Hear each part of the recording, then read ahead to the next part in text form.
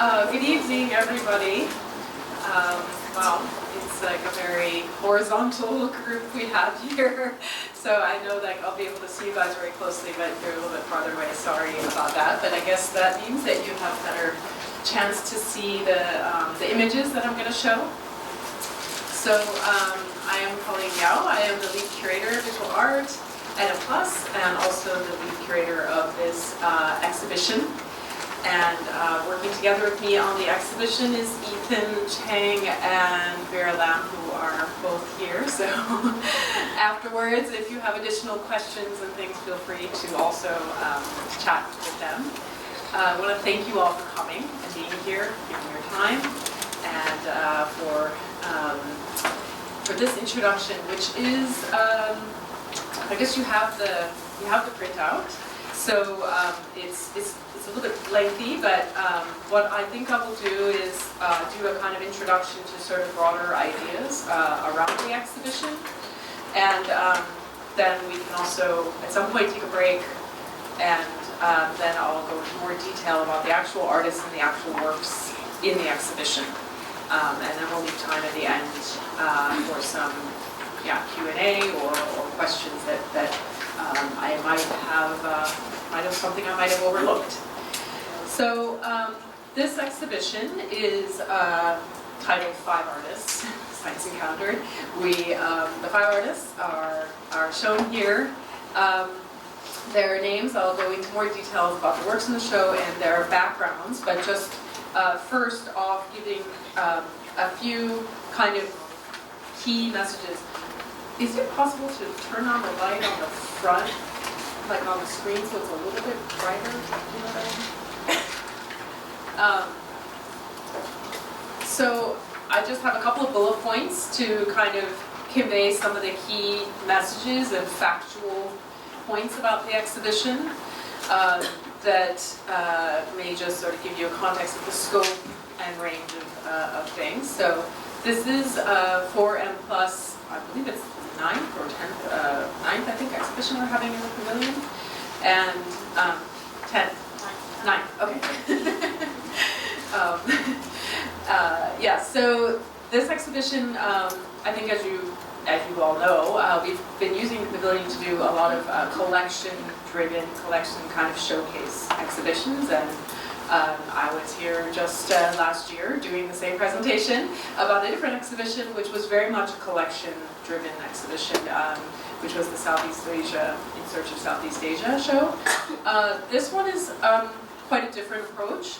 There are works in the collection, and there are some works that are going to become part of the collection, but it is a little bit less of that kind of exhibition in which we're looking to bring out things from our storage and share with you the things that we've collected. It's a thematic show. It's a very international group of artists. As you can see, they hail from the United States, Cuba, Germany, Hong Kong, Korea, and Spain. So that's not all parts of the globe, I realize, but it's pretty diverse. And I think maybe for us, one of the first shows that we've done which doesn't have its kind of really strong core focus in Asia or having Asian artists. Although there are definitely artists in the show with that background, but it isn't the core sort of message in a way. The actual message is really much more of a thematic approach, looking at ideas of sight and place. So thematic focus on how art can respond to ideas of sight, location, and place. Each one of these artists has a different, their own artistic practice. They come from different generations, they come from different places. So that is a kind of sort of obvious statement that they all present something different and some different understandings of sight and place that have to do with their historical moment, their own background. There are works in the exhibition. Well, first of all, of course, this image those are the artists shown there.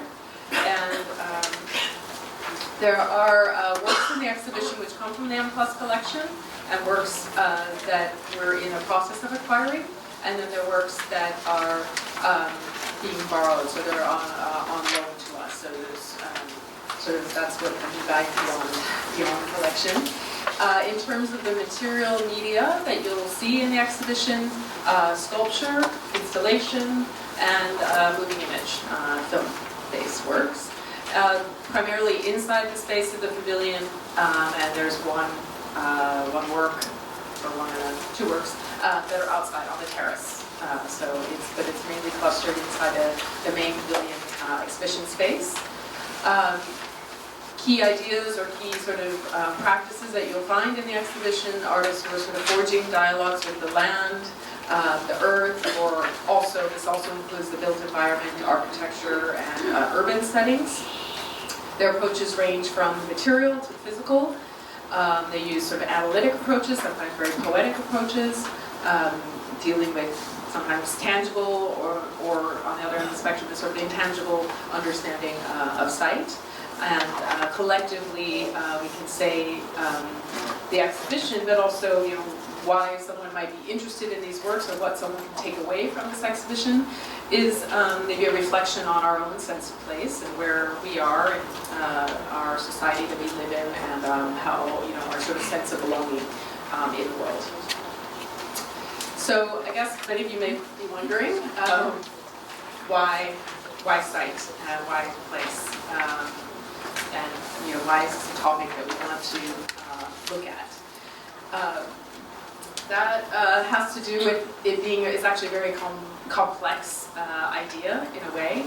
There is a certain link that we can make. I think it's a pretty loose one and not something that directly appears in the exhibition with the exception of one artist. But loosely we can say this exhibition is trying to kind of take as its departure point the surroundings of the Unplus pavilion, which is of course the construction site around, and which is also of course the Unplus building, which is still in formation. So this, and the transformations and changes that we see, because of course as you're visiting the pavilion regularly, you're always noticing that it's there's always a new road, a new pathway to walk. You know, and now even a year ago in the Southeast Asia exhibition, one couldn't walk from the pavilion down to the waterfront, but now one can. So we're really seeing the M+ site, we're seeing the West Kowloon site in general kind of coming into being. It's coming into a sort of reality. And it has often been a very intangible, abstract thing. So that was an interesting sort of departure point in thinking about ideas of site and place for this exhibition, and then bringing together these artists who all bring a very different approach to it was something that has sort of been in the background. Site is in the context of contemporary art and practice, a very sort of much discussed term with many different kinds of meanings, and I'll kind of walk you through a little bit of some kind of brief overview. Site, you can say, sits at the kind of intersection, this word site, or what we understand to be site, sits at the intersection of a variety of different sort of oppositional poles. This diagram is just one way to show that. So it's kind of, sometimes it's representing something with the future, which we can say is very relevant for the M+ building, the site. It's very, we see that when we think about the future building. But then we also think about the past. What is the past of that place, that piece of land, that ground, I mean, the reclaimed history, the reclaimed land being its past as well. So it's sort of this juncture point between past and present, but then there's a lot of other ways to look at it between personal, political, specific, non-specific, or sort of, you know, nondescript, abstract or versus concrete. I don't know what else I have here. Material versus immaterial. Nonetheless, it's just to sort of demonstrate that this idea of site is very open-ended. It's a sort of shot through with the idea of sort of multiplicity, and then these different artists all do approach it in their own kind of way that I think does bring a lot of these different definitions out. If one had to ask me to put a definition or try to come up with something, I guess I would use something like this, but it's This is my interpretation. Everyone can have their own. Where I think of it as a network of operations. So it's like multiple factors that are always in play.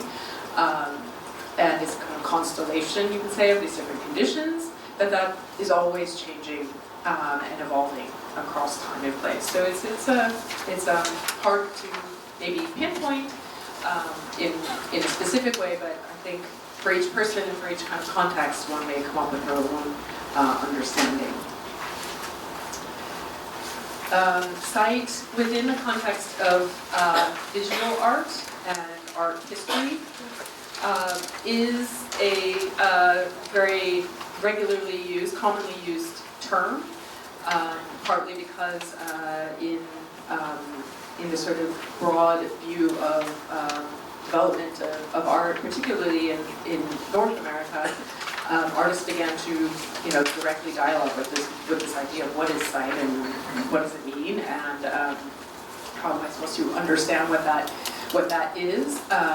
Part of a kind of larger general trend that took place in the 60s and 70s, where artists were maybe moving beyond the confines of the studio, as I like to say, artists who may have been very comfortable working in their studios, making paintings and sculptures and occasionally bringing them into a gallery or museum to display. What you see happening for, not for any one particular reason, but you see a lot of different artists across all different practices begin kind of exploring with citing their work in different kinds of locations, looking to have a stronger engagement with the outside world, or trying to build a relationship with the audience and viewer, and less of a sort of the meaning becomes totally contained within the artwork, and people started thinking, how does that meaning become kind of interpreted or changing according to who's looking at it? I think these are things that we really actually today recognize as maybe almost commonplace, but there was a period when that was not the norm, and so it's a kind of evolution, you can say. I put here these different sort of terms that in different ways do link back to this idea of site. Some of them more strongly than others. So these are kind of references to various sort of art historical terms, some of which I'll explain a little bit more. This next group of slides is just kind of that, giving you that very brief, quick recap of certain important art historical moments in which this idea of site and the understanding that we bring to that word, I think today, especially within art and visual art, comes out of, and would be hard to sort of talk about without having some knowledge or understanding of these other artists and practitioners who were sort of putting forth new dialogues. So for this slide is really just a way of showing, I guess it's one way of thinking of the kind of range that one sees for how the idea of site can be extrapolated from something actual, the architectural space, the interior space, the sort of physical details of a gallery or a room. So the white cube, the ceiling height, the color of the walls, all of this, then moving kind of almost out from the physical elements to institutional frameworks and societal structures. So I'll show some examples of these. And then maybe on the other end of the spectrum from this sort of actual physical location of a site, you would have a kind of discursive site, which would be something much more like content-based, or something that is maybe the site of gender, or the site of labor relations, something much more abstract and not going on the opposite side of something that would be a very physical location or place. Minimalism, very important art movement that is kind of, I mean, it's hard to decide where to start when one talks about sight and, you know, the idea of it and how we might understand it, but for the purposes of this exhibition, since we do have an artist in the show who is very much connected and her work is very much coming out of the minimalist art movement, I think that is a good way to, a good sort of entry point. Minimalism, a extreme, you know, you can say kind of extreme form of abstract art that was developing in the USA and the States in the 1960s, is most often recognized as artworks that were constructed or out of geometric shapes based on the square, a cube, and rectangle. I think, you know, the term minimalism is something we hear all the time today even, right? Like talking about design and furniture and clothing and everything. It's, you know, it's a very common term. And sometimes maybe even, you know, overused in a way. So I think, you know, this idea of it being simplistic, unadorned, not decorative, you know, work that had this kind of very spare and geometric look and feel to it, you know, people may recognize that as minimalism. But what was really going on? You know, what was really minimalism all about? Like, why do people talk about it so much in the context of art history? And it actually was a, you know, a very important turning point. And you know, a path or a sort of evolution of change for art or development in art. That, you know, what was sort of revolutionary about it in a way was that it actually introduced this idea of the presence of the viewer. So a person being in a space with a sculpture and walking around it and witnessing different angles, light, the color and shape changing as a result of where you stand in relationship to the work, that became the work, right? It was less about that particular object and whether or not I could make it or you could make it or my, you know, best friend could make it who's not trained in art. It was less about the making of the thing than it was about the experience of the thing, right? And of course you have this geometric,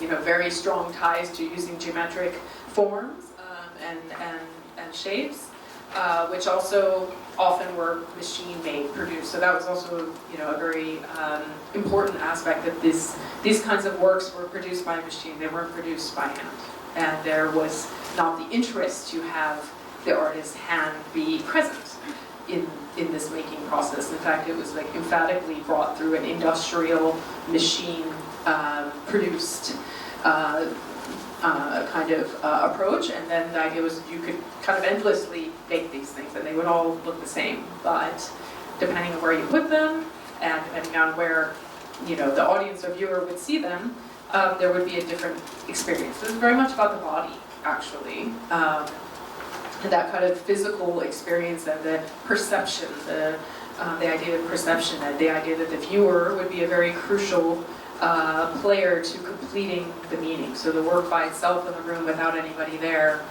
doesn't mean anything. I mean, taking this all to a very extreme way of presenting it. So it's the bodily experience and the viewer that's in the space and sharing the space with the work. So examples of some of the key figures in the minimalist art movement here, most of them American. Robert Smithson, I mentioned him, single him out a little bit because he's one of the artists who was wrote quite a lot about sight and ideas around sight, and he invented this idea of non-sights.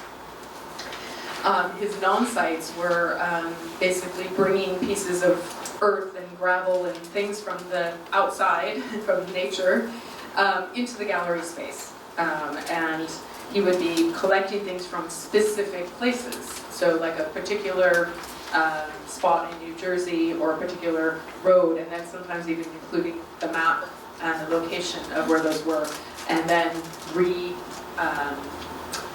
rearranging and sort of distributing those things within a gallery space. And he was writing quite a bit about this idea of non-sites, using sculpture in the gallery space, but then he also was one of the pioneers of doing this sort of large outdoor land art works as well. Very well-known work is a spiral jetty, sorry I have a typo there, from 1970, which is cited in Utah. A very large earthwork, essentially, which is probably best viewed from being in a helicopter or something, but one can still visit and walk along this stretch of rocks extending out into a sort of salt lake there. So sort of moving from minimalism, so minimalism will come back again when we look at Charlotte Poznanska's work. And moving from minimalism into land art. Land art, earthworks, there's a variety of different names and terms that are used to refer to this part of the kind of evolution or kind of subset of the minimalist art movement, which was essentially moved outdoors. So this idea of, and also like enlarged, so monumental scale. An interest on behalf of artists who interact with nature. So there was a number of artists who began making these very large scale, they're kind of interventions, they're kind of actions. Some of them are very involved using earth-moving machines, and they're quite permanent. Other things might be a little bit more temporary, but kind of coming out of a motivation that would have been art that's directly taking place in the landscape, or using the land and sort of sculpting the land into another shape or structure using natural materials. There's often a very large, sort of monumental quality to these works, and a kind of engagement with the sort of long duration of time. This idea of, if you were to build this huge mountain, a man-made structure, and put it in the desert, like how long will it stay there? How will it change over time? Making people sort of think about time in terms of thousands and millions of years rather than just in a few days. So there's also this kind of interest and engagement with another sort of another time or place outside of one's own existence. There's another view there of the spiral jetty.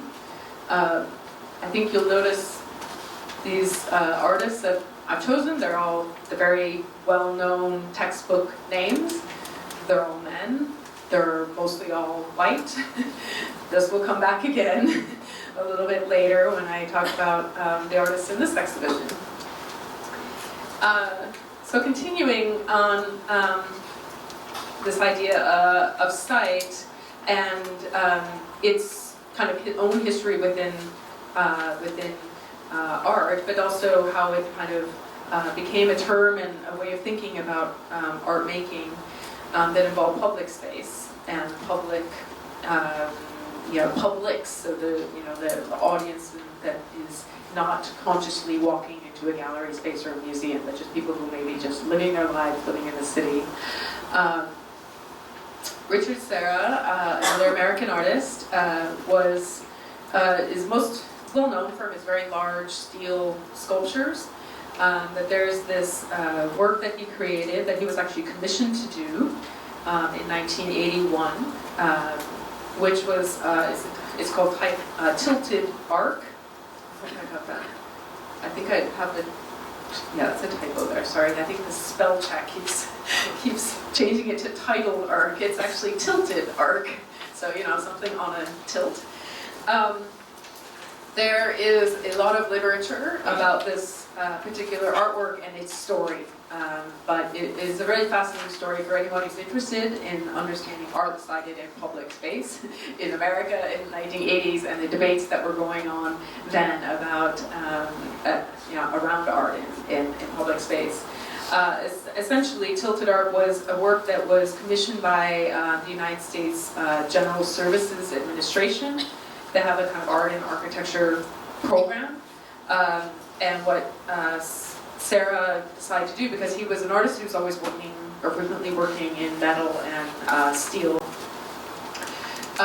He decided to create this sculpture in this open plaza, which is in between a number of different government buildings, and is, as you can see, a very large scale, like very hugely, thick piece of steel that is like a cut. It's like cut and embedded into the ground, and it's on a tilt, and but it's on a small, it has a small arc.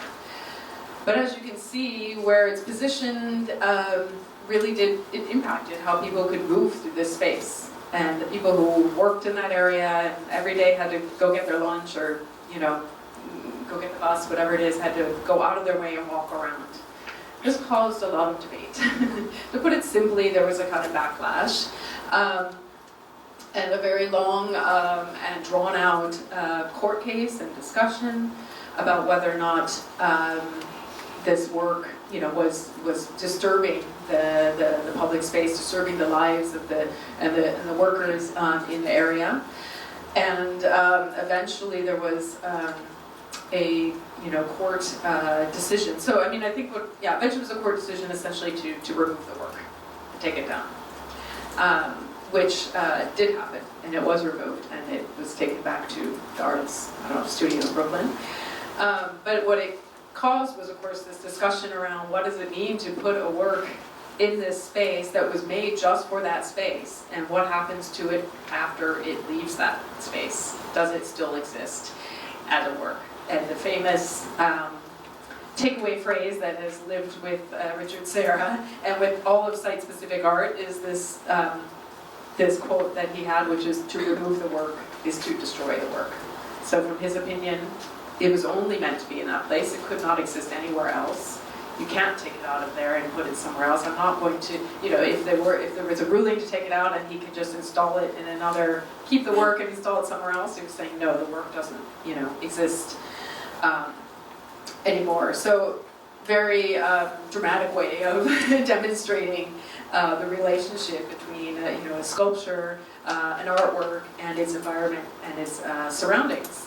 And but also, of course, on another level, as there are taxpayers and people who felt this was my, taxpayer money, and I don't, I have a say in what should happen to this,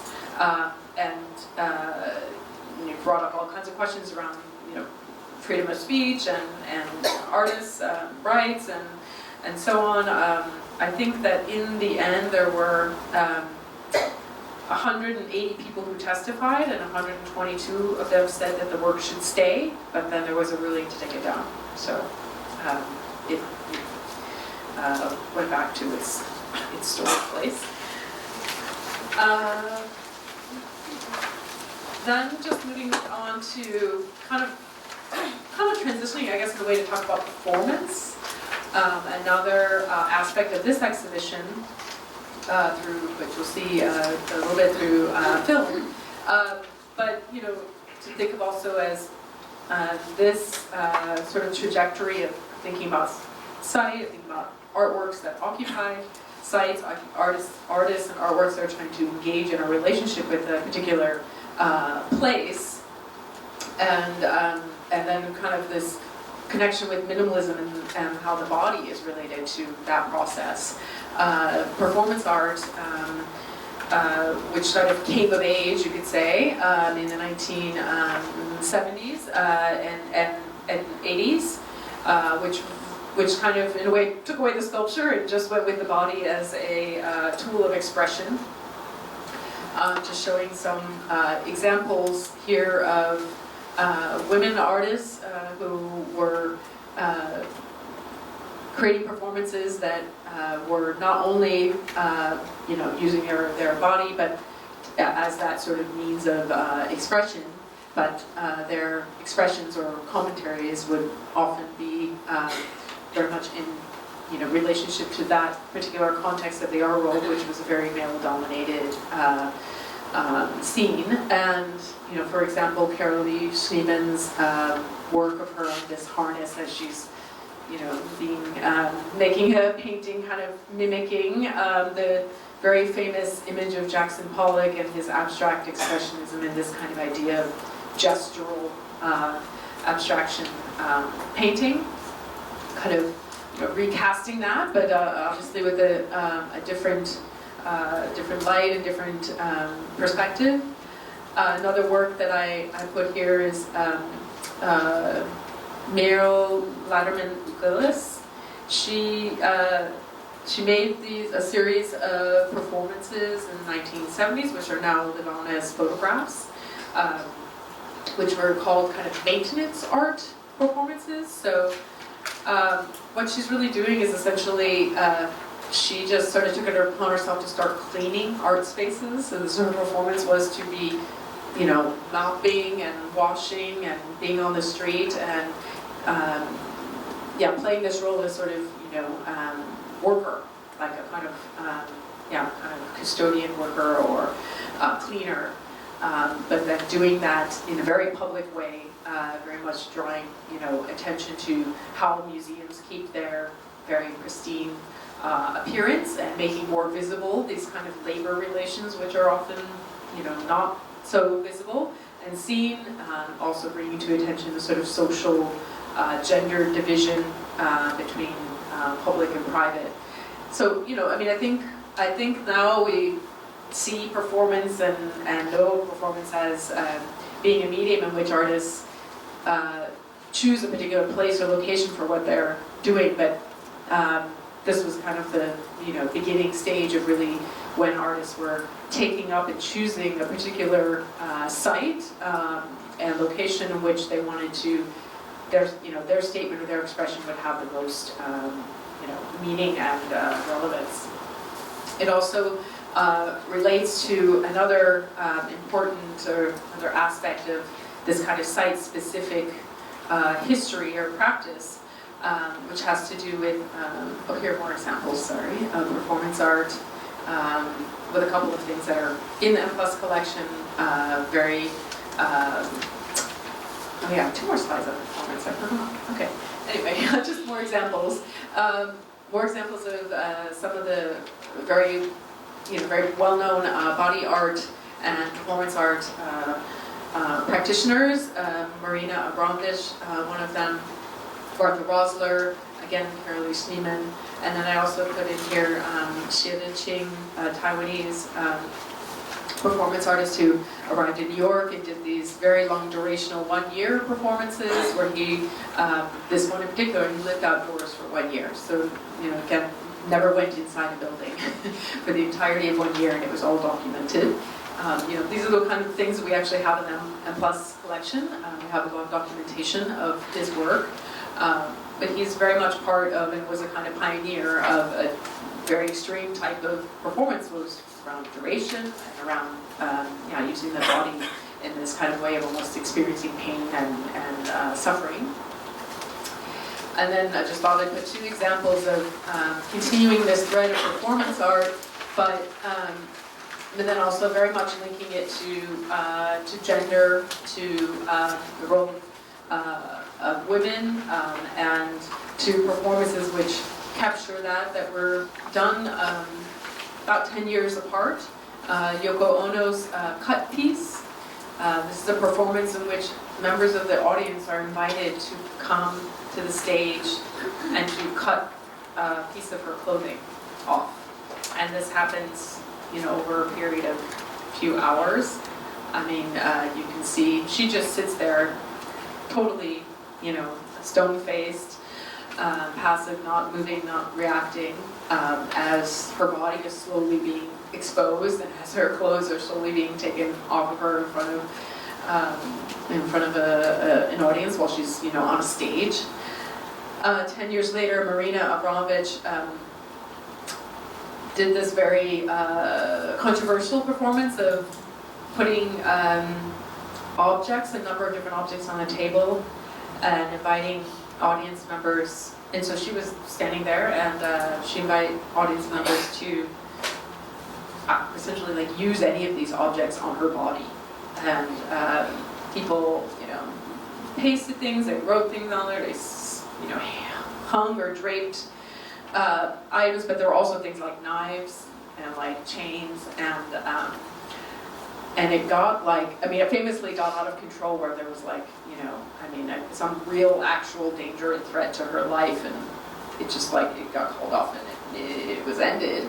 But it really is to sort of, I guess, comment on the sort of very radical, very adventurous and risk-taking sort of approaches that a lot of artists were adopting at this particular time, and particularly women were trying to make a very strong statement about their bodies and also about the sort of past experience of having been, sort of taking that passive role and sort of almost letting the sort of natural forces of society sort of reveal its, I don't know, sort of unpleasant underbelly, perhaps. So institutional critique, a very, again, a common term that is something you hear a lot when you talk about, you know, contemporary art, visual art. People talk about institutional critique, or at least something I hear a lot about. I'm not sure if you all encounter it or not, but it has become a kind of something that also relates in a way to this idea of site and place. So I mean, you can think of site and place as being the natural environment and the architectural space, but you can also think of it, you know, as I mentioned in that kind of beginning, as something like as kind of frameworks, as context, as a societal sort of system, that's the place where you decide to use as your location that you want to respond to. So this closely ties to, you know, museums being one of the first places in which, you know, along with, you know, artists making sculptures or works that would be sited within a museum or gallery space and responding somehow to the specificity of its architecture. People were also responding to the sort of discourse of what a museum is, who the people are that are involved in the museum, it's the museum's, you know, politics. All this became kind of intertwined with the idea, in a way, of the site. So those examples, that I had here are just some that demonstrate how this played out for some different artists who, for example, Andrea Fraser, who was doing these performances, where she was actually acting as a docent. She would put on a gray suit and kind of perform the role of a tour of the museum, but using very exaggerated language, making everything sound like the most, you know, amazing, beautiful, like, you know, earth-shattering piece of work, and then she would also use, like, she would stop at the toilet and she would stop at the water fountain, and those would also become works on her tour of the building. And so, you know, became a way not just to sort of, you know, kind of make a small little jab at museum systems, but also but she was really interested in looking at how museums kind of form their own audiences, like how they kind of train their audiences to think or look a certain way. Super interesting work that lives on as video, and then of course Hans Hock, an artist who was doing work that was kind of digging into the social relations within the museum's board and trustees, and digging out you know, information about their own, you know, their companies that they owned and properties, and with making kind of semi-conceptual work around that. I bring this in because it does tie to one of the commission projects, Laura Almer-Sticky's work. So I understand we have 30 minutes left, and how can we start talking about our works on the show? Do people want a 2-minute break, or should I just keep going?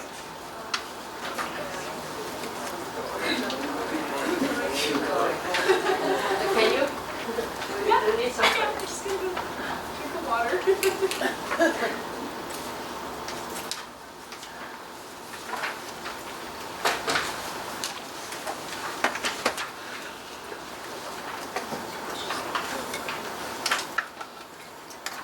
so the 5 artists in this exhibition. So hopefully what I just talked about will sort of weave its way back and stick with you a little bit as you look at these works and think about these artists. I'm gonna start with Mei Feng and Anna Mendieta.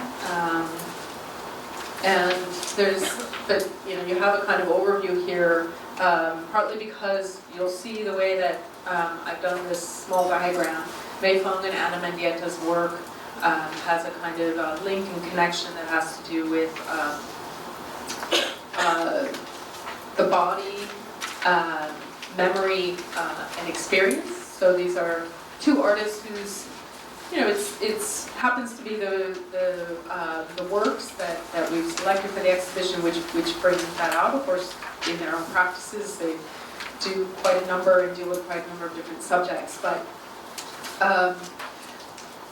looking at how we can think of these 5 artists and think of their different understandings of sight and different approaches to sight. Anna Mendieta, Mei Feng's work are, I put them together because of their, both have a kind of link to actual sites and places, so like real, like identifiable ones, and existing locations. There's a connection with sort of personal experience, biographical experience, their own individual stories. Their bodies play a role, or a body, the idea of the body being that kind of conduit and means for expression. And then there's sort of aspects of history and memory that are embedded in these particular locales and places that are this important sort of thread running between the 2. So just to say, Mei Feng, I think probably some of you may be familiar with Mei Feng's work. I'm just going to show, I'm just mentioning here works that we actually have in the M+ collection. We have 3 films. There's one that's in the exhibition, but there are 3 films that we have that come from different periods in her career. She is, of course, a Hong Kong artist who works primarily video and film. Widely known as one of the pioneering voices for video art in Hong Kong, or really actually in the region. And was one of the founding members of Videotage. So she created a number of works throughout the 80s, was also working on some sort of experimental theater projects as well. But I guess we can say that she has, a couple different themes that run in her practice that have to do with urban space, gender, politics, and sort of a, sort of sentiment or sentimental expression or view. And these are often intertwined and connected within these practices.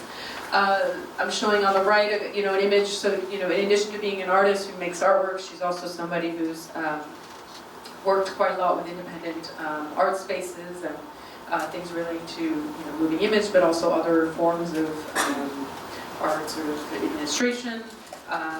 She is involved in art and culture outreach, which is in the Futai building in Wan Chai, among other things. The work that we're showing in the exhibition is this work called She Said Why Me. It's from 1989, and it's a 8-minute film that brings or sort of juxtaposes together archival footage and contemporary footage, contemporary to that time. That's not her. It is a hired actress who is in the film navigating the city, but she's got a blindfold on. Like most of the time, she's blindfolded as she's moving through the city, and then this is kind of interspersed with film clips of like archival footage taken from archive records in Hong Kong that show a variety of different scenes. I mean, some of them are just very sort of women walking down the street and going about their daily sort of patterns. Others are scenes of what looks to be a much more, struggle, like harder struggle that people were, facing this more difficult time period in Hong Kong that you can't quite tell exactly what time period it is, and that's not announced, and I don't think that's the important aspect. I do think it is important to notice that it's almost entirely all women that are depicted. One can say that may have to do with wanting to show a sort of not only Hong Kong's historic layered past, but also that the sort of trials and tribulations of women in this city, in society in general, having been through various different kind of hardships and struggles in their life. And so those different footages are juxtaposed with this younger woman who's moving to the city with this blindfold on.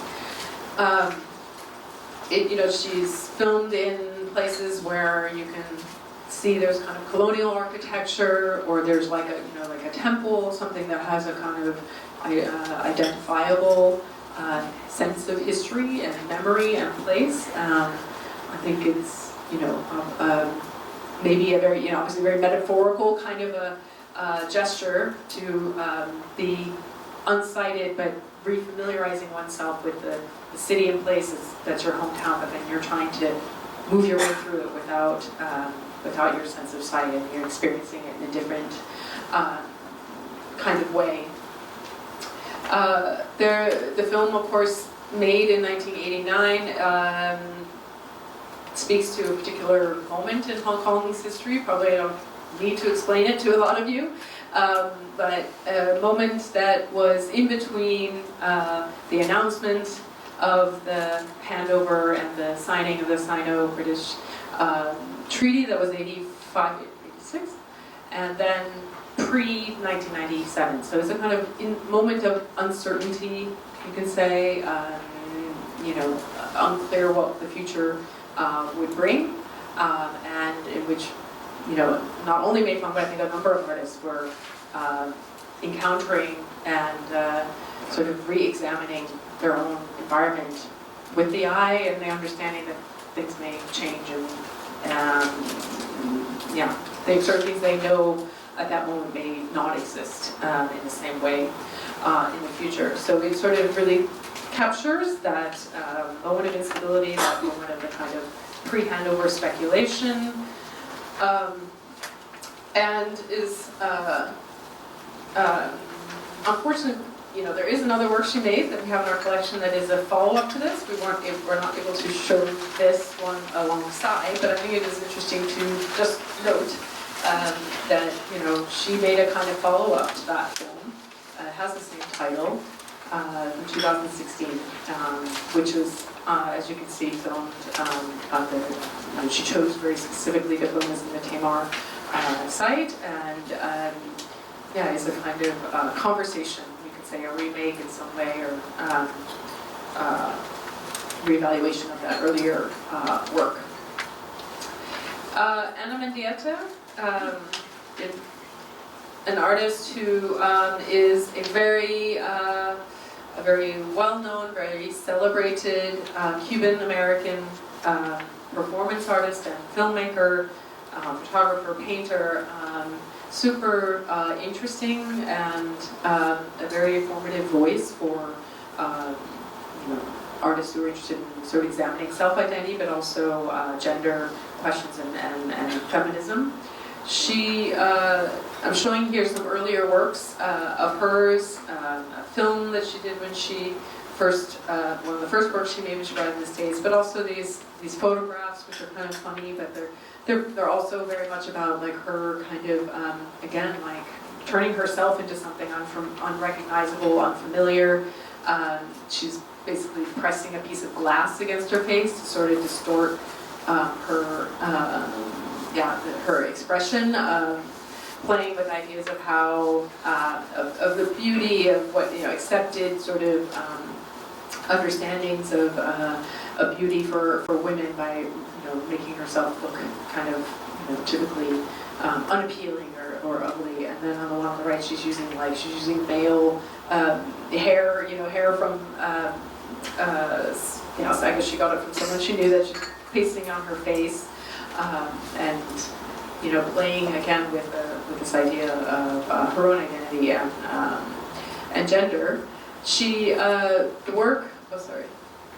Okay. Oh, okay. So these are other examples of her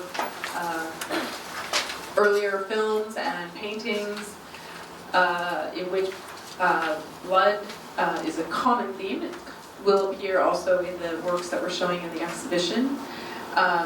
Mendieta, just a quick info on her bio because it's quite relevant. Mendieta was born in Cuba. Her parents were active politically. They were not supporters of Castro when Castro came into power, and then basically, as a way to not have their children, be at risk, their parents sent Anna and her sister to America. She was 12 years old. She landed in an orphanage and bounced around from orphanage to foster home for a few years in Iowa, America. So it was like middle of America. It's not even around the big cities, but and then she eventually was reunited with her parents maybe 6 years later, and decided to attend art school in Iowa and study painting. And then she started to enroll in this kind of experimental intermedia program, which was obviously intermedia, using different materials, and in some cases that's how she began with her experiments in film. Her work, as a result of that sort of being cut off, being displaced, uprooted from her home and dropped into a new place, her work often does have is coming out of a conversation of wanting to address that experience, that uprootedness, but also some aspects of Cuba, and particularly like some Afro-Cuban religion that this kind of also plays a role within her work. That she's looking at Santa Maria as very well known. It's a kind of Afro-Cuban religion that involves a lot of use of ritual and almost performative kind of dance. And so these are kind of aspects, things and threads that you find in terms of iconography. This is her, but then you can find all kinds of iconography that link to other sort of historical images, either goddess figures or other religious figures that have to do with kind of a communicating with another, force or spirit. The works in the exhibition that we're showing are these films. So one of her most well-known landmark works is the Silhouette series. And this is a series of works that she began in 1973, 74, when she made a trip together with some of the other students from Iowa. They traveled to Mexico, and then she visited this architectural ruins that were there, and was very moved by this ancient burial site and wanting to sort of commune with that location. She began to, so one of the first works is this one here, where she began to make a body outline. And then from there, this series of performances, films, which she carried out for several years, saw her imprinting her body in the land, using an outline of her body silhouette in the ground, across several different continents. And then these would be, in some cases, set on fire or burnt, or using water or smoke to, kind of almost like burn her image into the ground. These are just some more stills showing you examples of this work. So here you have this outline, this is her, and then it's replaced with something that, like a blood-like substance. Here's one where she's using a cloth that is progressively goes up in flames. Here's one with an outline that is like a kind of charred gunpowder. This one using a raised sculpture, almost like a volcano, like a volcano, kind of but it still has this body outline shape, and then it's filled with gunpowder, and the whole thing goes into flames. And then this one, which is one of the last works that she made, first work she made when she went back to Cuba for the first time, 1981, when she was able to return to her homeland, and then she created this body outline. Her work in the context of this exhibition is a very close way of maybe demonstrating the idea of sight being a physical location and the body being the actual means of expression of how one can interact with that site. She does it in almost very literal way by pressing her body into the land. That's either about maybe wanting to connect herself with her new home, or in another way to see it as even just like a very universal type of wanting to commune, like human and and the earth. And blood often does have its connotations within her practice as something that might be seen as violence, but I think one can also see it as like a kind of life force. And I think that she actually did want to see it as something like it's an energy that's running through everybody. There is a kind of energy that's running through all of these, all the things in the world, humans, plants, everything. And she's trying to kind of almost bring all of that together to connect it all through her gestures. There's one film that will be on a monitor in the exhibition which shows these cave drawings that she did. She's carved into the very soft stone more of these kind of body lines. They almost look like fossils. They look like they've been there forever, but actually she's carved them. So those two artists linked in that through those sort of themes. The other two artists linkable is Charlotte Poznanska, looking at architecture, coming from an interest that's much more to do with the urban space, built environment, imagination. These are spaces that may not exist, may not be real, may be totally fictional, and in some cases, especially with Charlotte Poznanska, dealing with issues of agency, which would have to do really with like this idea of a kind of independent, free choice, and kind of in the spirit of sort of the individual aspect. Liebel is a Korean artist. I'm showing examples of some of her very early works. There's a lot of really interesting connections between these artists that if you spend time to read about their work, you can find these interesting connections, but maybe they don't appear as much in the exhibition of works, but just seeing how Liebel was doing these performances, which were very body-oriented, were very much about questioning the human body and the body's sort of relationship to its land environment is actually really interestingly connected to someone like Mendieta. However, these particular body pieces are not shown in this show, but it is part of Liebel's interests. I'm showing examples of her, some of these performances she did with these soft sculptures, and then other examples of works that she made, sculptures. She had this very well-known cyborg series where she's kind of looking at perfected images of, like ideas of perfection around the human body, and particularly around the female body. So she's combining like technology and this idea of the cyborg is supposed to be kind of like that marriage of, an organic body and technology. So it's like the best of everything. But then she's always rendering it with incomplete, like it's just an arm or it's just a leg or just the torso. and these are, but they are very much kind of commentaries on how one and how our societies are always sort of trying to find or trying to reach that sense of perfection. This is a work that she made using fish, where she was using real fish and trying to, kind of make it more beautiful, more like, more alive than it was. And then in the last few years, her interests have turned kind of away from the body per se to more about architecture, looking more at being more interested in architectural histories in some cases,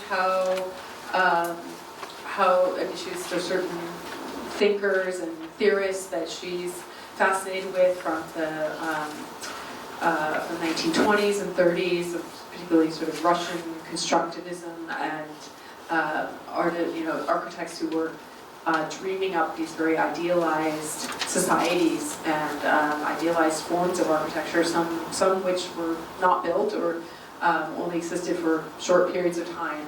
But this idea of like a sort of utopian building or utopian project is something that Liebel is very interested in, and manifests itself in these sculptures which have a kind of retro-futuristic look to them.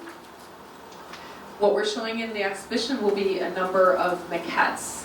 So these are smaller scale sculptures that have been made over a period of, I think we have things like over maybe 10 years. And they are in some cases studies for larger installations that she's produced herself. Sometimes they're kind of studies for fictional architecture or well-known pieces of architecture that were never built, that were only existed, in drawings or in plans, or in maquettes. And so they're kind of studies, they're sculptures, but they're all made from different kinds of materials. And I'll show you also examples of some of the ones that she produced herself. In addition to the group of maquettes, we have one hanging sculpture, which comes from a slightly different series of work, but it's related because it's a kind of sculptural landscape. And it almost, when you see the sculpture, it's made mirrors and perforated metal and and wood. The way it is constructed, it is, it almost sort of looks like it's like a spaceship or something, but it is constantly and slowly moving, and so it kind of always is revealing itself. There's an aspect of time that's part of a lot of Liebel's work, but also a kind of sense of sort of discovery. It's very intricate. Your eye can spend a lot of time, and it's almost like you're going inside some imagined city. The sculptures, the maquettes will be more or less like this, so we'll have this kind of same shelf. We're actually borrowing the shelf from her as well, and they'll be arranged, and some of them, covered in these little glass covers. But you can see a little more detail of some of the sculptures. Like this is one of the studies for Russian constructivism, which is looks like a kind of looks like a brutalist architecture building, but it's very tiny. Like when you actually see the real thing in the sculpture, it's very small. And then again, like this one is quite small. It's actually a study for a sculpture that she did that's this one, which is life-size work that you can walk inside.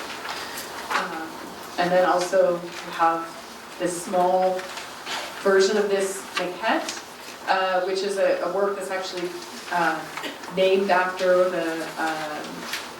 one of the presidents of Korea, Park Chung-hee, who was the president who took power in the 1962 or 63 until 1979. He was assassinated in 1979.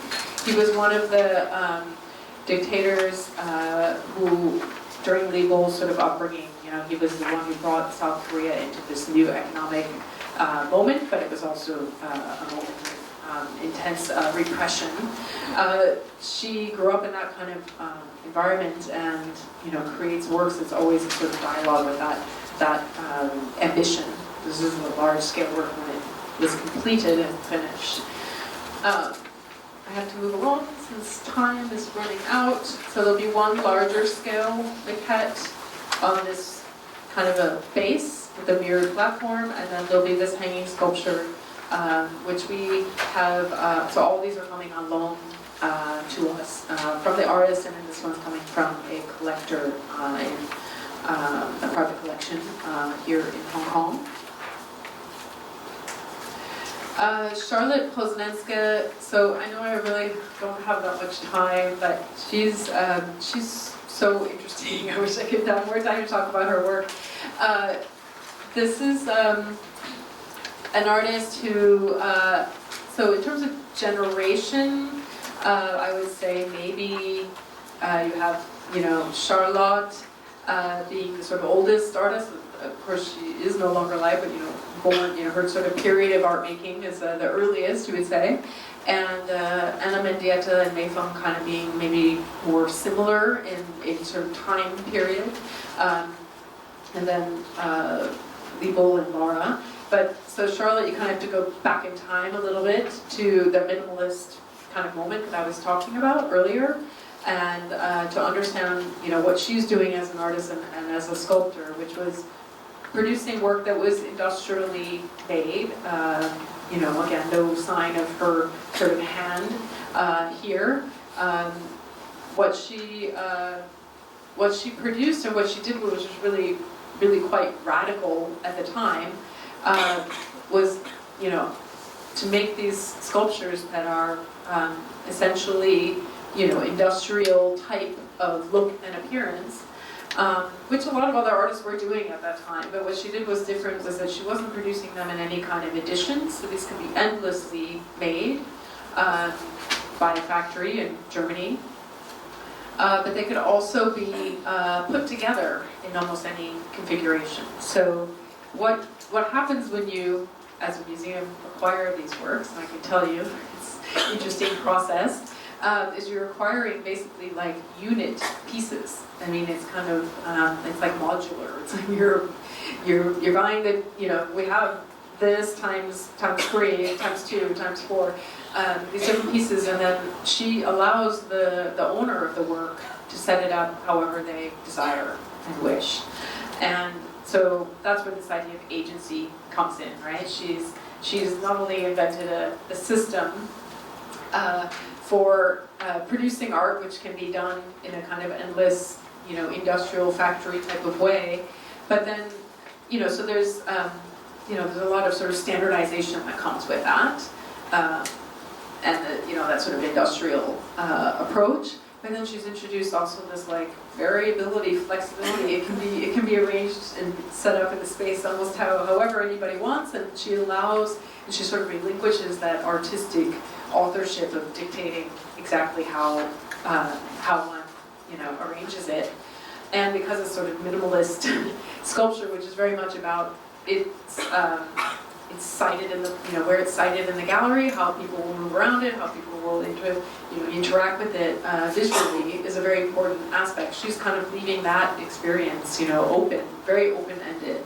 And it's a very unusual way of doing things, and kind of quite radical. I don't think that even at the time she was producing these, and she was, you know, living in Germany and exhibiting.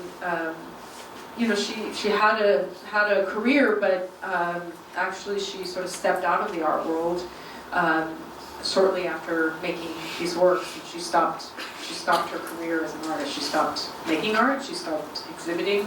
She stopped visiting exhibitions. She just kind of vanished in a way. She didn't vanish. She just turned to a different industry. You know, she just didn't have anything to do with the art world. But it's really, you know, this is back to that slide. This is just also to comment on the minimalist art movement, which was a very male had dominated movement, but there were actually a lot of women artists also working at that time. So Bosniansky is kind of part of this group. A lot of them in Europe. In America, it was quite male dominated. She also set up her works in public spaces. And set them up in industrial places and took photographs of them. So she was interested in this, the relationship that it would have with the gallery space, with the sort of architectural environment around it, but she was also, kind of playing with that idea of a very pure, idealized work of art, which had to be, kept at a safe distance. So she would put it on an intersection and let people, walk around it, touch it. She had this work, which actually has moving parts, and it would get wear and tear on it, and obviously here it's like your work's installed in some, looks like a party. So she was really very flexible in a way that was quite unusual, but really says a lot about how she was sort of, her views and her sort of philosophy on art making and what art should be or could be, and how it can engage and relate to its own context. These are examples of more, so these are historic kind of images, historic setups, so meaning like she devised this and this arrangement. But nowadays when you see her work exhibited, any museum or the curator can set it up how they want. So she has now currently a very large retrospective happening at the Dia Beacon outside of New York City, which has these sculptures and these, and then this is from a show that was in Cologne, I think. This is from Documenta in 2007. So there are, I guess also I should mention the series that she produced of these square tubes is Series D, which is the galvanized steel, and Series DW, which is the cardboard. She did do, these other series, right, that I showed earlier. These are different kinds of Series C, which are the panels that hang off the walls, and Series B, which are convex, concave.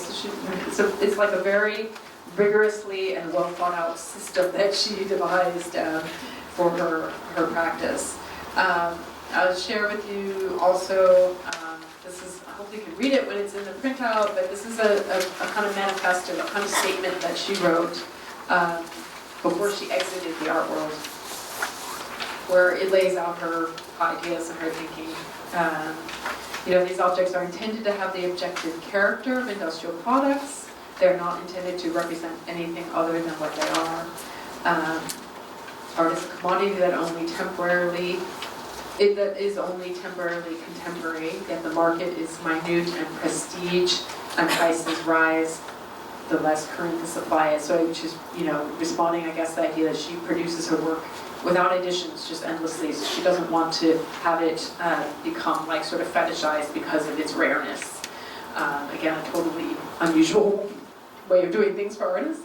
And then at the end, this sort of statement, I find it difficult to come to terms with the fact that art can contribute nothing to the solution of pressing social problems. So she left the art world and became a sociologist doing work on labor relations.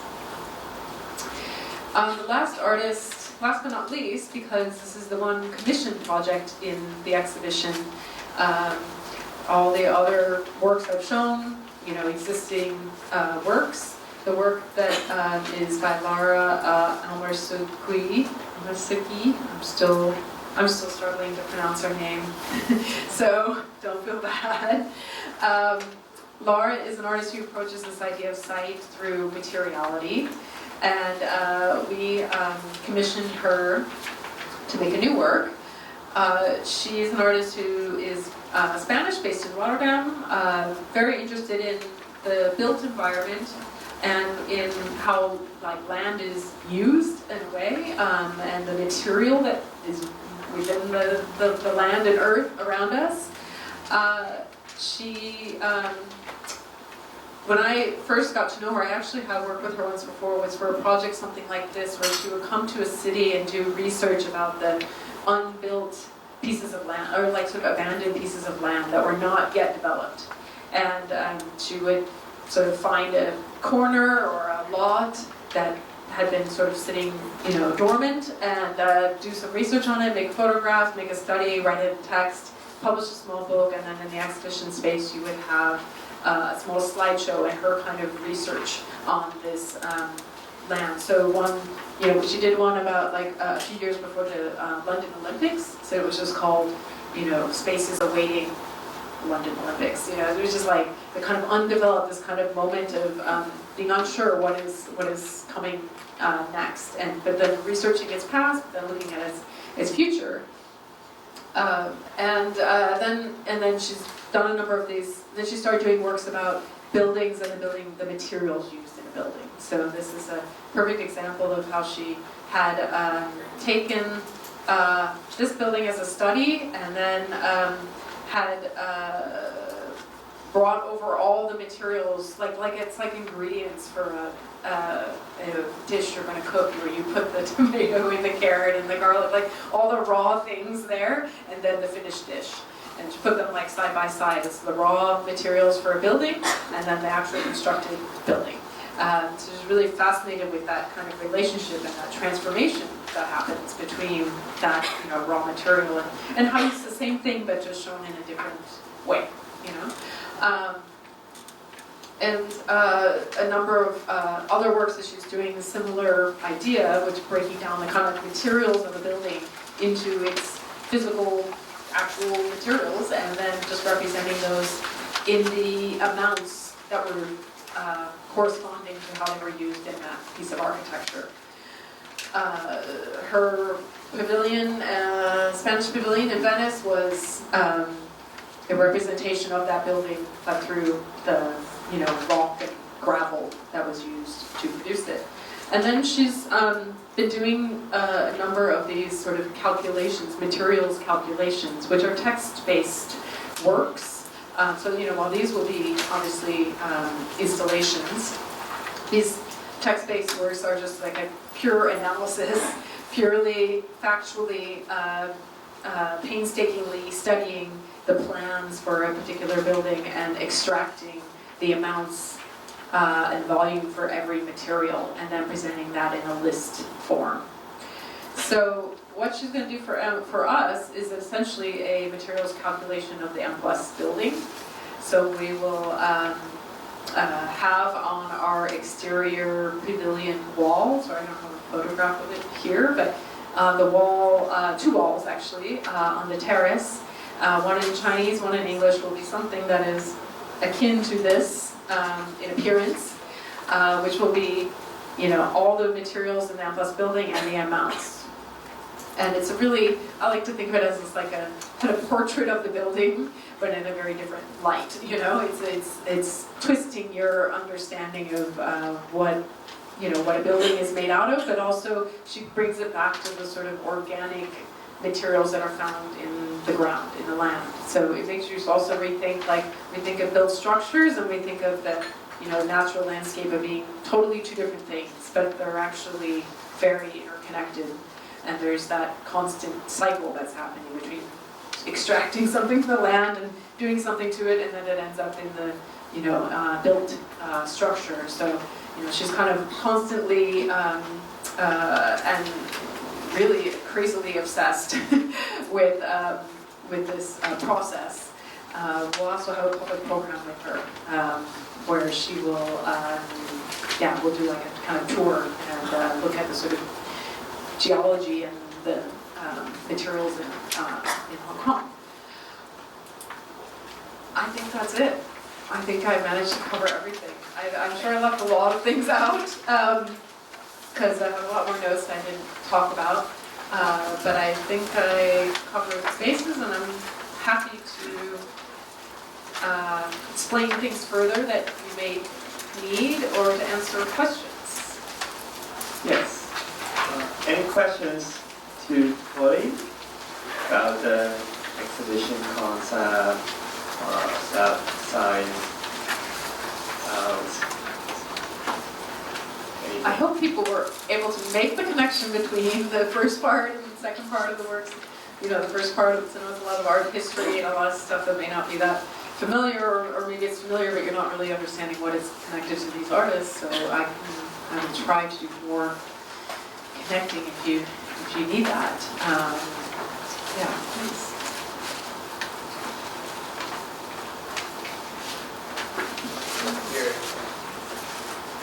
Thanks for the introductions, and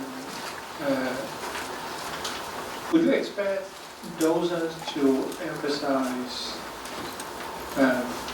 the issues or the status of female artists in this show? Because I understand, I mean, you well explained about the theme on site, and I guess the female is it an issue to expect docents to present? That's a very good question. I'm glad you brought it up.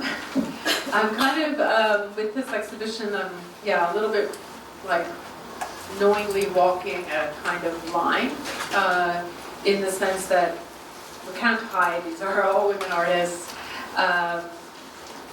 That's not why they were chosen, but it is something that is, there. Not all the works obviously have to do with female experience or a topic or theme that's related to their gender, so it's not something that I expect to be a point of discussion from that perspective, that the work is the important aspect, and what they contribute as artists.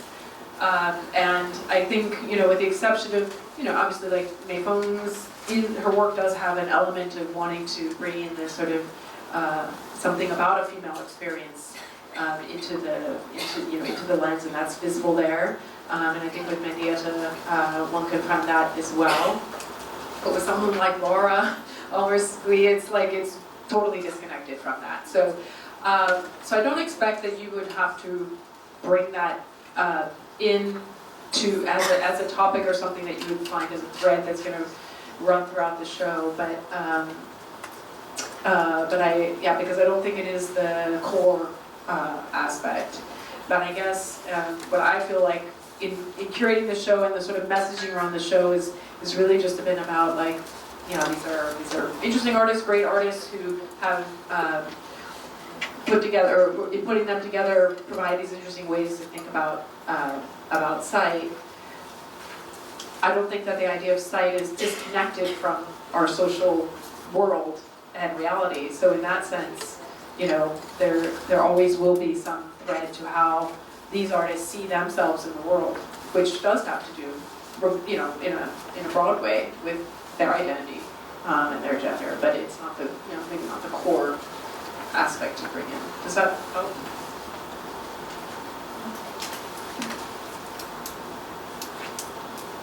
Any other questions? Or thank you. What you mean is when you talked about when you display the female artists' works, you just want to emphasize their performative arts in connection with the site. You just want to emphasize this? Not exactly. I guess I don't feel it's necessary to in your like sort of formation or introduction to the themes of the show to make their gender be an important thing to stress, because it isn't part of the main topic of the show. I think it's such a hard thing to say. I would say that with some of the artists, I mean, maybe the way to say it is like they're in this kind of exhibition with 5 artists who are all women. You can find a kind of broad range of different experiences and different ways of their gender appearing. In some cases, it is an aspect of the work, and may play a role in how they see the world and who they are in the world, and therefore the work they make. But it also, in some cases, is not a visible aspect. I would emphasize more the sort of like sort of contributions of them as artists, and the gender part is a kind of secondary aspect in that So it's sense. not a deliberate choice. Not So, yeah, so it's not an intentional choice, right? even in choosing the artists that are often not. No, we wanted to make a show that would be about this topic. I think we can say we definitely wanted to be able to showcase, highlight, the talents of artists, but we showcase and highlight talents of many other artists, but we don't emphasize their gender in those cases. So I also don't want to be too balanced in this case of putting too much attention onto it. Does that make sense?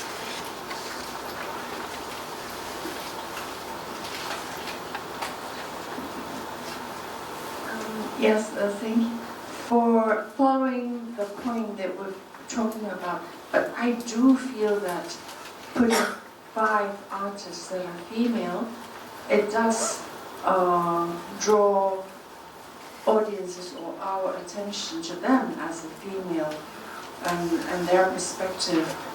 I mean, that's quite natural. The gender aspect is actually very obvious to us. I mean, even if Lee Bull, if she's doing her performance, she didn't have to do it in one spot, right? She can move it around. And even Ono, the cutting of her, it's more to do with her body than with the site that she's in, I would think. Right, so many of them are not as site-specific, totally site-specific. Yes. In the examples I showed, yes, I did choose Yeah. those because I did want to show that, definitely something like body art, performance art, has a very strong connection to gender, to feminism. Yeah. And that artists like Anna Mendieta were in that environment. And that did play a role in what she does because that's the kind of artistic context that she would have been working in, the artists that she would have seen or been influenced by. So yes, those are, that was thinking, conscious thinking of putting those in the presentation to show that is a part of her artistic sort of context and milieu in which she came of age as an artist. Yeah, but why can't it be?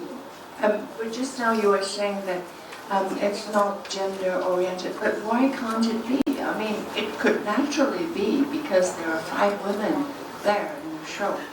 I guess I just try to mean that not every work in this show and not all of the, I do think there are some works that one can make that connection.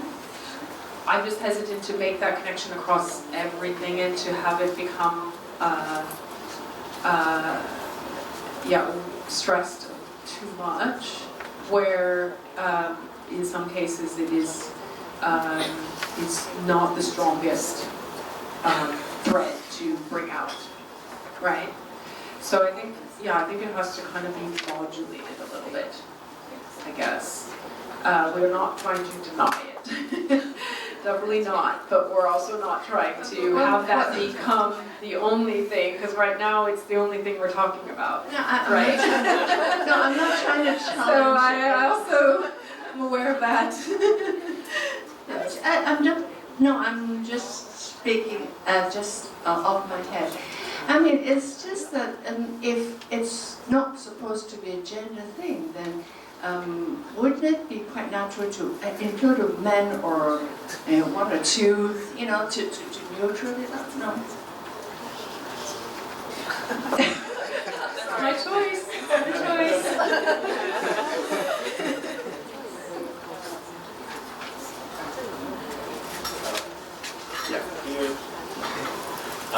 Thanks.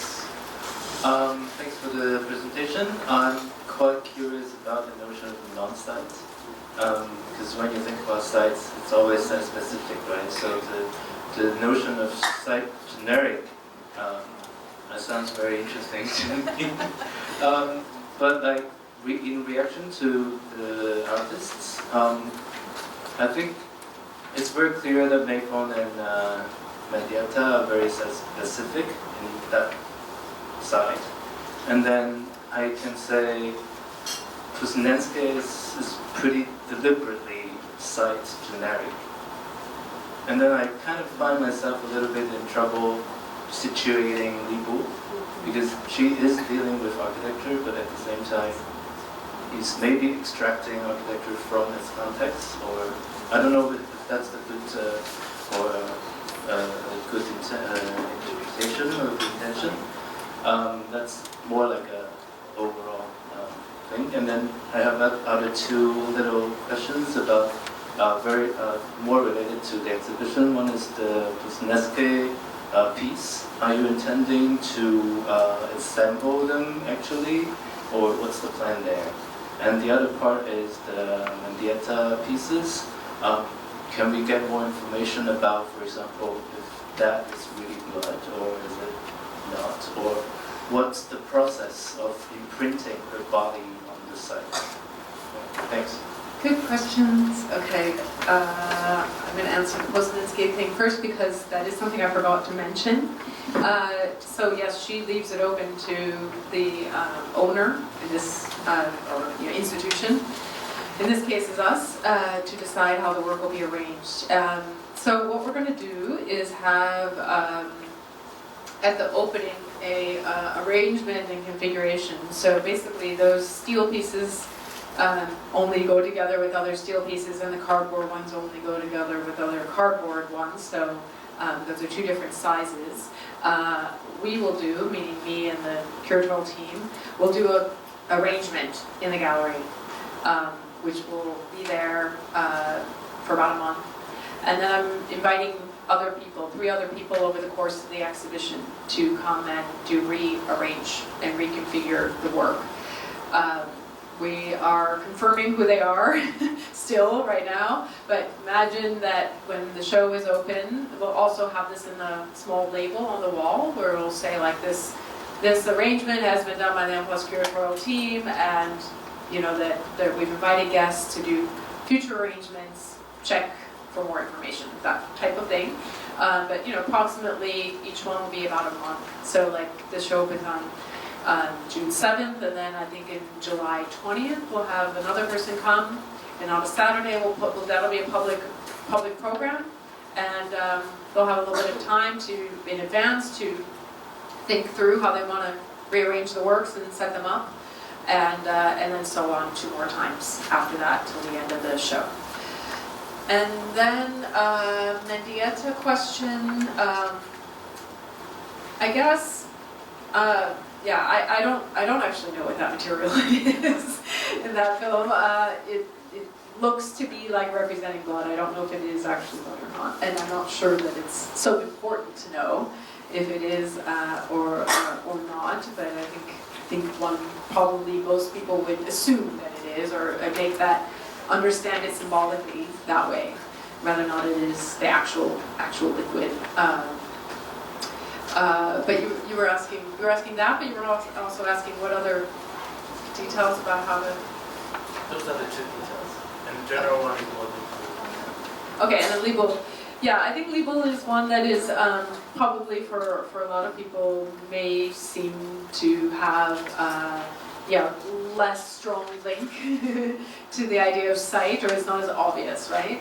But I guess I had included her because I was really interested in how she thinks about site in a fictional way.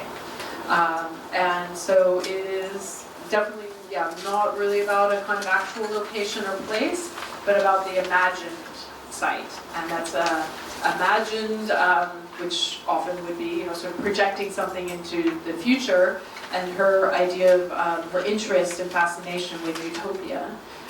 Which you can say is sort of utopic societies, but there's another aspect of it that we've been talking about in relation to her work that does connect to those sort of cyborgs, which are about like making a kind of perfectness, and that she's fascinated by certain architects and architectural theorists who were also trying to sort of create something very utopic, idealized, whether it's society or a system in terms of, or set of architecture, but those things kind of never seem to be realized, right? They kind of, that those visions are there, but they're not always achieved. And that process of searching and looking for that is the kind of, it's a kind of, it's a kind of abstract way of understanding sight for sure, but that's the kind of sight she's interested in, it's the imagined, it's the fictional, it's something that, can exist in the future, but also can project back into the past as well. And that, architecture and sort of, or even if it's not architecture, it's just building of society, an idealized society and world as well. Those sort of concepts and ideas are where her work departs from. So, sorry, because time is limited, thanks Pauline for sharing this exhibition with us. And remember, we have given you a paper, and then if you still have any questions, want to ask Curator, you can just write that. And remember, at the beginning of our lessons, we want to know your feedback. So what interesting part you want to, you think is impressed you about the artist, artwork, or your interpretation of the site or place.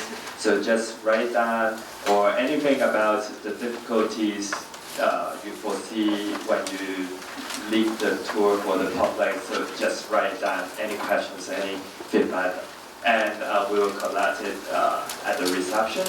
So before you go, I would like to introduce our new curator, Carrie. Yeah. So. Hi everyone. I'm just going to come around to the front so you can see me. It's really nice to meet all of you. I joined M+ 8 weeks ago from Toronto, Canada. So it's really exciting to be here. So I'll be working with Nixon and Christy on the docent program. So this is my first time getting to see all of you. But next week, I'm coming back to do a facilitation workshop. So some of the questions you're actually asking Pauline made me think about how we can have those conversations with visitors when they're in the gallery. So I think there's some really provocative and interesting things we can bring into those discussions as you think about leading tours. So I'm going to be here with Nixon and Christy thinking about how we can change up some of the way we want to talk to visitors in the galleries, hear from some of you about your experiences taking tours, because I'd love to know how you guys have been finding it, and then sort of working together to think about some ways we can work with the content together. So I'm excited about that. And so next Wednesday, right? Yes. And another thing is we're just opened our recruitment for new docents, and the last date is June 2nd. So if you know people that you think would make fantastic additions to your team, please tell them to apply so we can think about whether or not it makes sense for them to join us. And hopefully if you recommend them, then we'll know and we can say, oh yeah, that person's fine. So I look forward to getting to know you and meeting you so I know your names. So feel free to just wave at me and say hi whenever you see me. Okay, thanks so much. And is that it? I'm done? Great. Thank you so much for coming. Thanks so much, Pauline.